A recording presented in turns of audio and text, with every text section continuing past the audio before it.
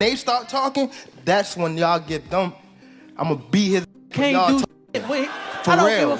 I better be quiet. I don't give a y'all was quiet. Y'all was loud. We got the whole hood over there, Tank. Like, twist it up. I don't give a about none of that. Do whatever y'all want. My mother, he can't stop nothing over here. None of that. Not at all. I'm telling you, I'm gonna him up. You know, that Tank is older. He had the lessons, getting his lessons of what he got to do.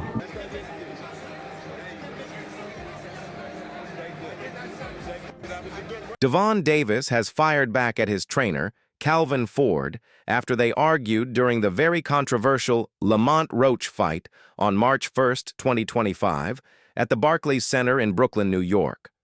Boxing fans saw one of the most talked about decisions in recent years. Davis, who was defending his WBA lightweight title, fought Lamont Roach in a much-hyped match that ended in a majority draw.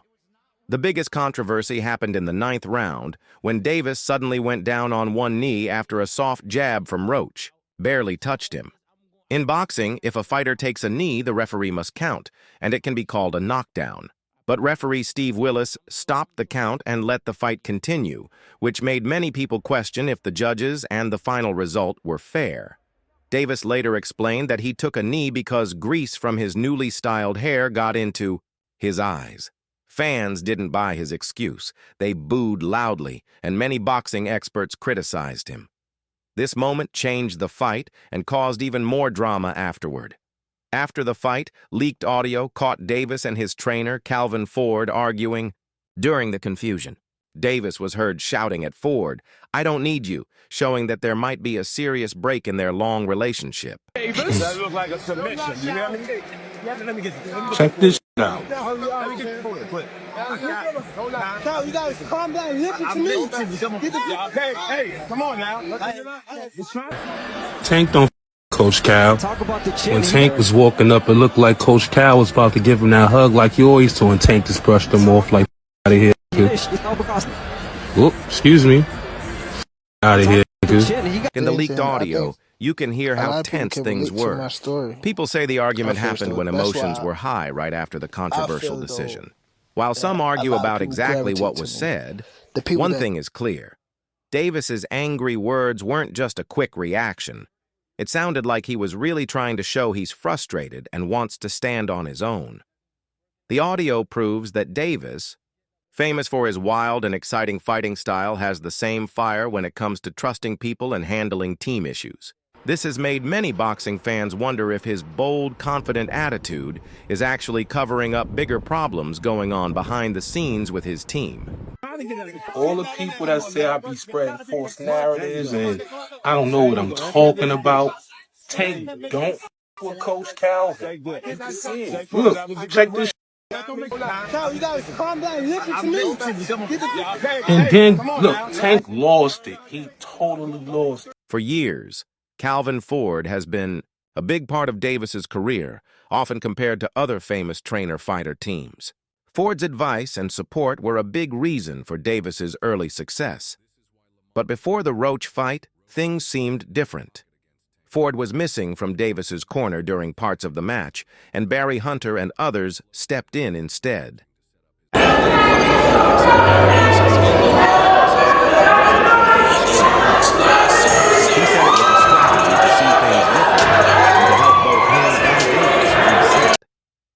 "We ain't change up anything," Ford said, meaning their training and bond were still strong. Still, the leaked argument has made people wonder if there are bigger problems between them. Many experts think the heated fight shows how much pressure there is at the top of boxing. Davis's angry, "I don't need you" comment might mean he wants full control over his career now. Or it could show that serious tension is growing between him and his longtime mentor. Now it seems like Coach Cal on point, so you're not paying Tank no mind. And Tank go over here, he go to this and watch this shit that he do. He gonna lift his jacket up and like, our conversation is a secret, I don't want him to hear it type shit. Like, yo, what's up with Coach Cal and Tank? They really don't each other? Like, what? And he brush him off again, like, don't touch me type. Like, you see that? The drama from the fight and the argument has left fans and experts wondering what's next for GervontaDavis.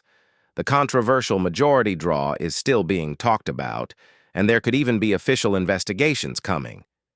The tension between Davis and his trainer, Calvin Ford, might make it harder for Davis to prepare for future fights. If the WBA orders a rematch with Lamont Roach, Davis will probably need to fix the problems with his team first. A bad relationship with his trainer could hurt his training, his game plan, and how he performs in the ring. A big risk with his title and future fights on the line. This situation also shows how wild boxing can be, with mistakes, quick decisions, and backstage drama creating chaos. As people debate Davis's actions in and out of the ring, many wonder if this moment of controversy and defiance could change his career for good. For Davis, who had a perfect record before, this could go two ways. It might show his strong will to be independent, or it might show weaknesses that future opponents can attack. Everyone in boxing will be watching to see if this is just a rough patch or the start of bigger problems for one of boxing's biggest young stars. Davis is clearly going through a tough time after the fight with Lamont Roach Jr., which shook things up. Roach Jr. came into the match as a huge underdog, and most people thought Davis would beat him easily, like a sprinter racing a turtle. But Roach Jr., the WBA super featherweight champion, surprised everyone. He matched Davis in skill, strength, and toughness. Instead of an easy win, the fight ended in a majority draw. But the biggest controversy wasn't just about Davis losing his perfect record. It was the strange moment in the 9th round when Davis suddenly dropped to one knee and rushed to his corner to wipe his face. Later, Davis said grease from his hair got into his eyes and messed up his vision. What really upset fans, though, was how referee Steve Willis handled it. He started a 10 count, but didn't penalize Davis, making many question if the fight was judged fairly. Good right hand from Mont, uppercut. Good combination, Mont. Oh, good left from Tank. Right hand from Monty. Oh, Tank took a knee. He got knocked down. That's a knockdown. Tank is trying to bail himself out. That's a knockdown. That's a knockdown! How are you going to do that and run and get a towel? Who gave Davis that right? This is a highway robbery, dog. Good combination, Lamont. Oh, shit. They swinging on each other. Good body shot, Lamont. Lamont is rocking with it. This is Tarver Roy 1. What's going to happen is they're going to give the fight to Tank, and then the second fight, Lamont going to say any excuses tonight, Tank. And then he will not Tank out. I've seen it. Lamont won, bro. He won 7-5 with a knockdown. This guy did the unthinkable, and I hope they don't rob him. Scorecards. They said majority draw. They cheated Roach. Roach got robbed, and everybody knows it. Rematch right away. They robbed. Now, everyone is focused on the controversial call, and the New York State Athletic Commission, NYSAC, has started an investigation. They said a technical issue stopped them from reviewing the moment during the fight. Lamont Roach Jr. has officially asked for the fight result to be changed in his favor. As the world waits for the commission's final decision, Devin Haney spoke to the ring to share his thoughts on the fight and the no-knockdown ruling. Since Davis and Haney are rivals, it's not surprising that Haney was critical, but he also made some good points. "I thought it was a good fight overall," Haney said, adding, "I always knew Lamont wasn't going to give up easily."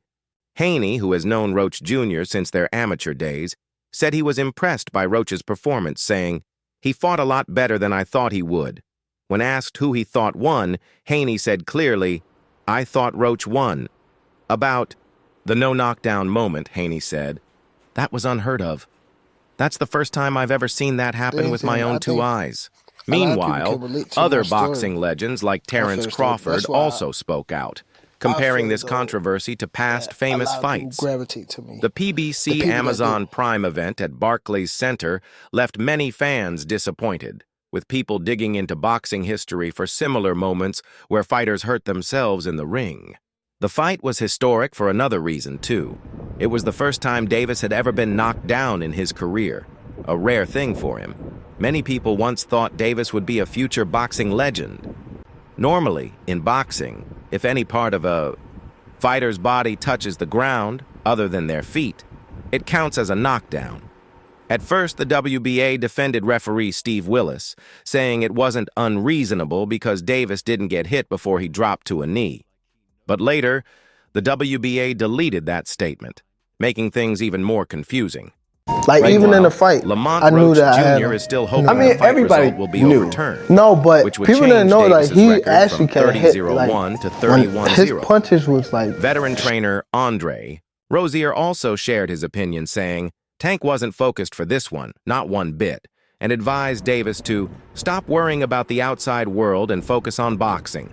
Even though Davis technically kept his undefeated record, many people feel the knee incident hurt his reputation. Former champion George Kambosos Jr. also joined the conversation on Twitter, writing, "Ouch, there goes the perfect record. That was a knockdown." He also mocked Davis for calling him out in the past, saying, "Time to look at yourself. Wanky tanky, great work, Roach." Kambosos added that he doubted the commission would change the result, saying, "There's too much power behind the scenes." As the debate continues, Shakur Stevenson's trainer, Coach Rel, brought up an old comment from Tevin Farmer, who once said, Davis doesn't like getting hit and struggles when put under pressure. Rel suggested that Roach Jr. may have exposed this weakness. Whether Roach truly messed up Davis's game plan or not, both fighters now seem ready for a rematch. However, the WBA's actions, first defending the referee, then deleting their statement, have only made the situation even messier. Now, fans must wait to see if history will be made, not by a punch in the ring, but by a decision in the boardroom. What was going through your mind when you heard the decision? Nobody like a draw, you know, from a guy that get knockouts and things like that, but it's cool. I feel like if we fight again, I could do more, and I should have did more. I was lost in the, I lost track in the rounds. That's why we need, what is it called? Yeah, man.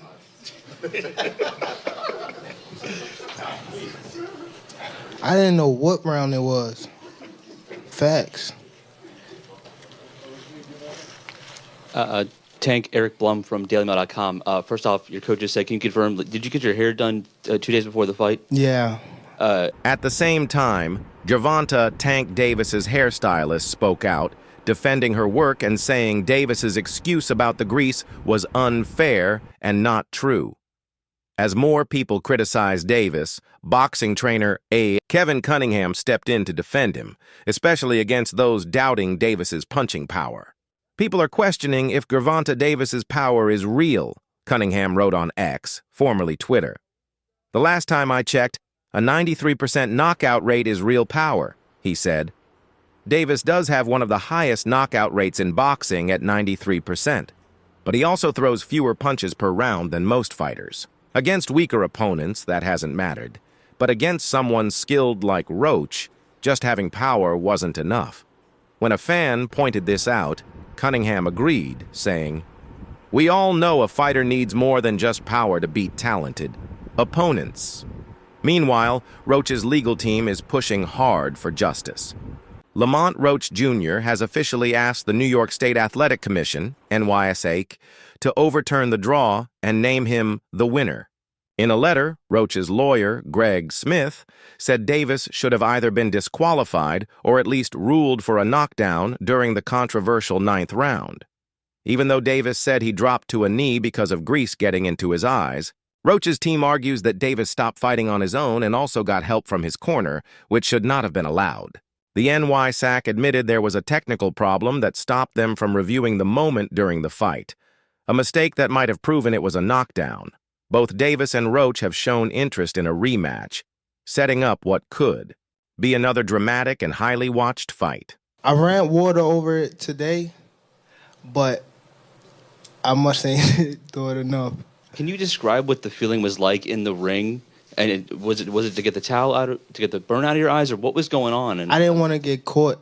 I didn't want to get caught while my eyes was burning, and you know, like, you can get knocked out like that. So I'd rather take the knee, then, you know.